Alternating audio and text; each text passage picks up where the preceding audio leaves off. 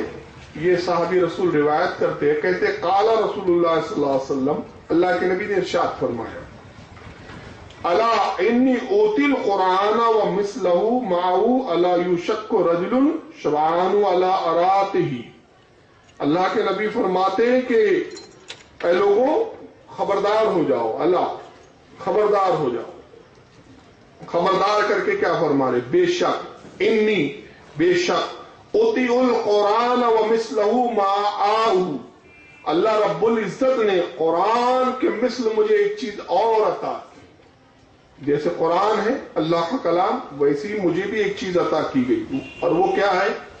وہ ہے حدیث رسول.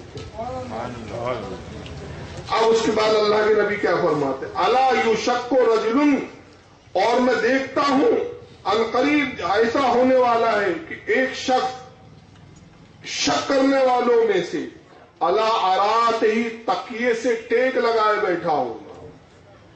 یہ نبی پاک اس کا ایک منظر کھینچ رہے ہیں، تکیے سے ٹیک لگا کے بیٹھا ہوں. اس سے کیا مراد ہے؟ گھمنڈ. آدمی تو بولتے ہیں نا ارے یار میں ملنے گیا تو وہ تو ایسے بیٹھے تھے ٹیک لگا کے، مطلب بڑے گھمنڈی ہے، اٹھے بھی نہیں، وہ تو پیٹ بھی نہیں ہٹائی انہوں نے، بیٹھے بھی نہیں اٹھ کے مل جانے کا. تو یہ گھمنڈ کی علامت ہے. تو اللہ کے نبی فرما رہے ہیں کہ وہ گھمنڈی ہوگا ایک طرح کا، اور شک کرنے والا ہوگا. وہ کس چیز میں؟ میری حدیثوں میں. یوشکو، وہ میری حدیثوں میں شک کرنے والا ہوگا ایک شخص، اور تکیے سے ٹیک لگا کے گھمنڈ میں بیٹھا ہوگا اور کہہ رہا ہوں یقول علیکم بہذا القرآن، ہمیں تو اللہ کی ہی کتاب کافی ہے، حدیث کی ضرورت نہیں ہے. یہ نبی کی پیشن گوئی دیکھی، علم غیب رسول ہے. وہ ٹیک لگا کے کہہ رہا ہوں گا، اور کہہ رہا ہوں گا کیا؟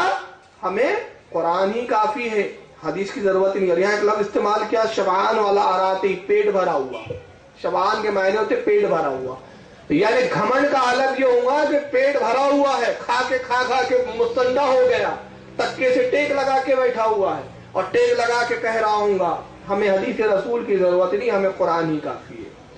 فما وجتم فیہ من حلال فحلوہ وما وجتم فیہ من حرام فحرموا وان حرام رسول اللہ صلی اللہ علیہ وسلم.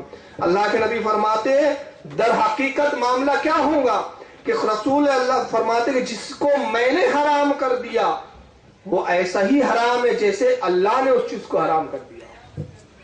جس چیز کو میں نے حرام کیا وہ ایسے ہی ہے جیسے اس کو اللہ نے حرام کیا ہو. اور اس کے بعد نبی نے بھی مثال بھی دی وہاں پر کہ اللہ کے نبی ارشاد فرماتے کما حرم اللہ علی لا یحل لکم الحمار، میں نے گدھوں کو حرام کیا، علی کل ذی ناب من السیاہ، اور فرماتے ہیں کہ اسی طرح میں نے حرام کیا کن کو؟ دانت، نوکیلے دانت والے جانوروں کو. تو جس طرح میں گدھے کو حرام کرتا ہوں، نوکیلے دانت والے جانوروں کو حرام کرتا ہوں، اور یہ تم پر ایسے ہی حرام ہے جیسے گویا اللہ کا حرام کرتا. اس حدیث سے دو باتیں سمجھ میں آتی ہے ہمارے لیے صاف. پہلی تو یہ کہ اللہ کے رسول نے پیشن گوئی فرما دی تھی کہ ایسے لوگ آئیں گے کہ جو حدیث رسول کو نہیں مانیں گے، میری کہیں گے کہ ہمیں حدیث کی کیا ضرورت ہے، ہمارے لیے تو قرآن ہی کافی ہے.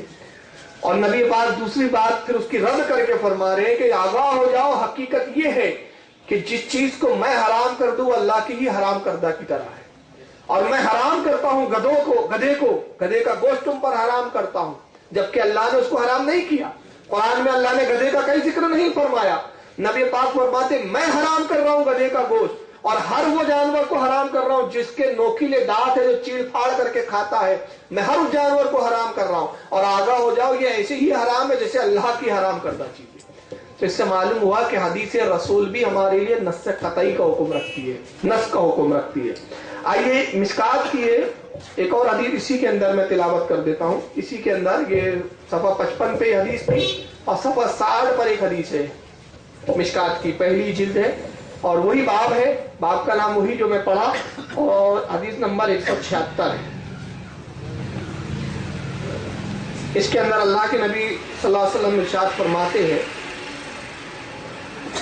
عن مالک ابن انس رضی اللہ تعالی، مالک ابن انس صحابی رسول روایت کرتے ہیں، قال قال رسول اللہ صلی اللہ علیہ وسلم، اللہ کے نبی نے ارشاد فرمایا، ترکت فیکم امرین لن تضلوا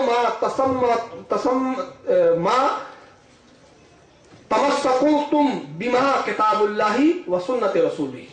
اللہ کے نبی نے ارشاد فرمایا کہ لوگوں میں تم میں دو بھاری چیزیں چھوڑے جا رہا ہوں، ترکتو چھوڑ رہا ہوں، فیکم امرین دو بڑے حکم تم میں چھوڑ رہا ہوں، دو بڑی چیزیں، لن تضلوا جب تک تھامے رہو گے گمراہ نہیں ہوں گے، جب تک پکڑے رہوں گے ہدایت پہ رہوں گے گمراہ نہیں ہوں گے۔ اور وہ کیا ہے؟ ما تمسکتم بما کتاب اللہ، پہلی تو یہ کہ جب تک کتاب اللہ کو تم تھامے رہوں گے گمراہ نہیں ہوں گے، وسنت رسول اللہ صلی اللہ علیہ وسلم، اور دوسری چیز میری سنت۔ نبی نے دو چیزیں فرمائی، پہلی چیز کیا فرما رہے ہیں؟ کتاب اللہ، اور دوسری میری سنت۔ مطلب اس حدیث سے بھی یہ بات واضح ہو جاتی ہے کہ اسلام کی دو بنیادی چیزیں، اللہ کی کتاب اور رسول اللہ کی سنت۔ تو کتاب اللہ کو بھی ماننا ہے اور سنت رسول کو بھی ماننا ہے۔ یہ حدیث بتاتی ہے، اور سنت رسول آپ کو کہاں ملیں گی؟ حدیث کی کتابوں میں۔ آئیے ایک تلاوت کر دیتا ہوں ایک اور حدیث، یہ ہے ترمذی شریف، اور ترمذی کی یہ دوسری جلد ہے ترمذی شریف کی،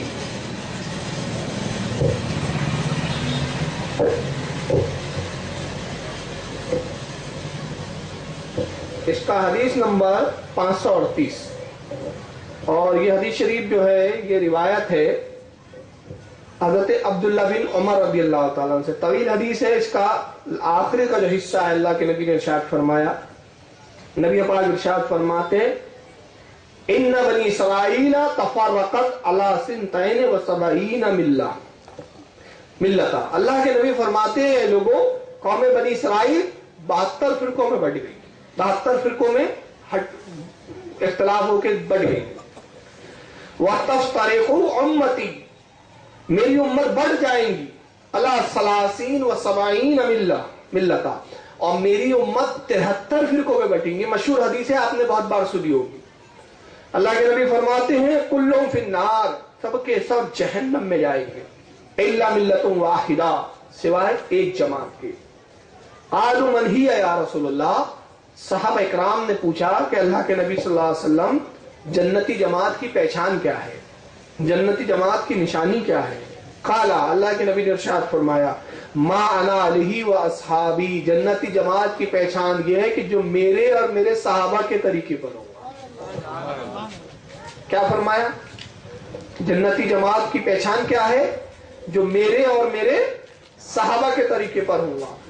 اب یہاں نبی صاحب لفظوں میں کہہ رہے ہیں کہ میری امت قرب قیامت 73 فرقوں میں بٹیں گی، تو مطلب یہ ہوا کہ ان 73 فرقوں میں ایک یہ بھی فرقہ ہوگا جو کہے گا میں اللہ کی کتاب کافی ہے، ہمیں رسول کی ضرورت نہیں ہے، سنت کی ضرورت نہیں ہے، حدیث کی ضرورت نہیں ہے۔ اور اللہ کے نبی صلی اللہ علیہ وسلم اس کا جواب پہلے ارشاد فرما دے رہے ہیں کہ لوگوں آگاہ ہو جاؤ، جنتی جماعت کی نشانی کیا ہے؟ جنتی جماعت کی نشانی یہ ہے کہ جو میرے عقیدے پر، میرے طریقے پر اور میرے صحابہ کے طریقے پر ہوں گا۔ تو طریقہ رسول اور طریقہ صحابہ آپ کو کہاں ملے گا؟ حدیث میں۔ اب کوئی کہے کہ نہیں چلو ٹھیک ہے، اللہ کے رسول کا جو طریقہ ہے وہ قرآنی میں، اچھا چلو ٹھیک ہے بھائی قرآن میں، اب آپ کی مان لیتے تھوڑے، پھر صحابہ کا طریقہ، یہاں تو نبی نے صحابہ کو بھی ملایا نا، تو اب صحابہ کا طریقہ کہاں ہے قرآن میں بتائیے؟ تو نہیں ملے گا آپ کو۔ تو اس کا مطلب یہ ہوا کہ حدیث، یہ مشکات شریف کی دوسری جلد ہے، اور اس کے اندر ایک بہت پیاری حدیث اللہ کے نبی نے ارشاد فرمایا جو میرے بعد کے ٹکڑے کو اور واضح کر دیتی ہے۔ یہ مشکات شریف کی حدیث نمبر 5762، جلد 2، اور اس کتاب الفتن کی حدیث ہے، اور اس کا باب جو ہے مناقب صحابہ، صحابہ کرام کی فضیلتوں کا بیان، صحابہ کی فضیلتوں کا بیان کر رہے ہیں اس میں حضرت صاحب مشکات، اور اس کی حدیث نمبر 5762۔ حضرت عمر رضی اللہ تعالیٰ عنہ سے حدیث شریف روایت ہے، حضرت عمر کہتے وان عمر ابن خطاب رضی اللہ تعالیٰ عنہ قال سمعت رسول اللہ صلی اللہ علیہ وسلم، عمر ابن خطاب سے روایت ہے کہ وہ کہتے ہیں کہ میں نے نبی پاک صلی اللہ علیہ وسلم کو کہتے ہوئے سنا، کیا کہتے ہوئے سنا؟ اصحابی النجوم فبأيهم اقتديتم اهتديتم. میرے صحابہ ستاروں کی طرح ہے، ان میں سے تم جس کی بھی پیروی کرو گے ہدایت پالو گے. تو اب صحابہ کا طریقہ کہاں ہے؟ حدیث. جس کی بھی پیروی کرو گے، میرے صحابہ ستاروں کی طرح ہے، جس کی بھی پیروی کرو گے، جس کی بھی ابتدا کرو گے. اور پیروی کے لیے سب سے پہلی چیز کیا ہے؟ حکم ہونا. تو صحابہ جو حکم دے اس پر عمل کرنا، یہ بھی جنتی ہونے کی دلیل ہے. تو اس کا مطلب یہ ہوا کہ جو صحابہ حکم دیں گے وہ وہی تو نہیں ہوں گی، قرآن تو نہیں ہوگا، وہ صحابہ کا اپنا قول ہوگا، صحابہ کا اپنا عمل ہوگا. اور اللہ کے نبی پیشگی فرما رہے ہیں کہ تم میرے صحابہ میں سے کسی ایک صحابی کا بھی عمل اپنے اختیار کر لو گے تو میں اللہ تعالیٰ ہدایت پہ کر دے گا، جنتی فرما دے گا. تو یہ حدیثیں ہمیں صاف بتا رہی ہے کہ حدیث کی ہمیں ضرورت ہے. اس کی دلیلیں بہت ساری ہیں. اب میں ایک بات یہاں کھلے طور پر عرض کر دینا چاہتا ہوں کہ جو لوگ جب حدیث کی ضرورت ہی نہیں مانتے تو پھر وہ ان حدیثوں کو کیوں مانے؟ یہ ایک سوال ہے نا. یہ سوال آپ کے ذہن میں نہیں آیا؟ ارے بھائی میں یہ حدیث سنا رہا ہوں صحابہ ستاروں کی مانی، تو وہ اس حدیث کو کیوں مانے؟ کہیں گے جب ہم رسول کی حدیث نہیں مانتے تو یہ حدیث کیوں مانے؟ جب ہم بخاری کو نہیں مانتے تو مشکات کو کیوں مانے؟ ترمذی کو کیوں مانے؟ ہم تو حدیث ہی کے منکر ہیں، ہمیں تو حدیث کی ضرورت ہی نہیں. ہم تو پہلے ہی کہہ رہے ہیں کہ قرآن مانو. تو آپ یہ جو حدیثوں کو سنا رہے ہیں ایک تکیہ لگا کے بیٹھا ہوں گا، ہم اس کو بھی نہیں مانتے. میری امت 72 فرقوں میں بٹیں گی، یہ بھی حدیث ہے، ہم اس کو بھی نہیں مانتے. اور اس طرح کے جتنی میں نے بھی حدیثیں سنائی کہ صحابہ پہ جو طریقے پر ہے وہ جنتی ہے، ہم اس حدیث کو بھی نہیں مانتے. ہم تو صرف قرآن کو مانتے ہیں. آپ جتنی حدیثیں سنائیں گے اس تعلق سے، ہم جب حدیثی کو نہیں مانتے تو ان حدیثوں کو کیوں مانیں؟ یہ اعتراض آتا ہے نا.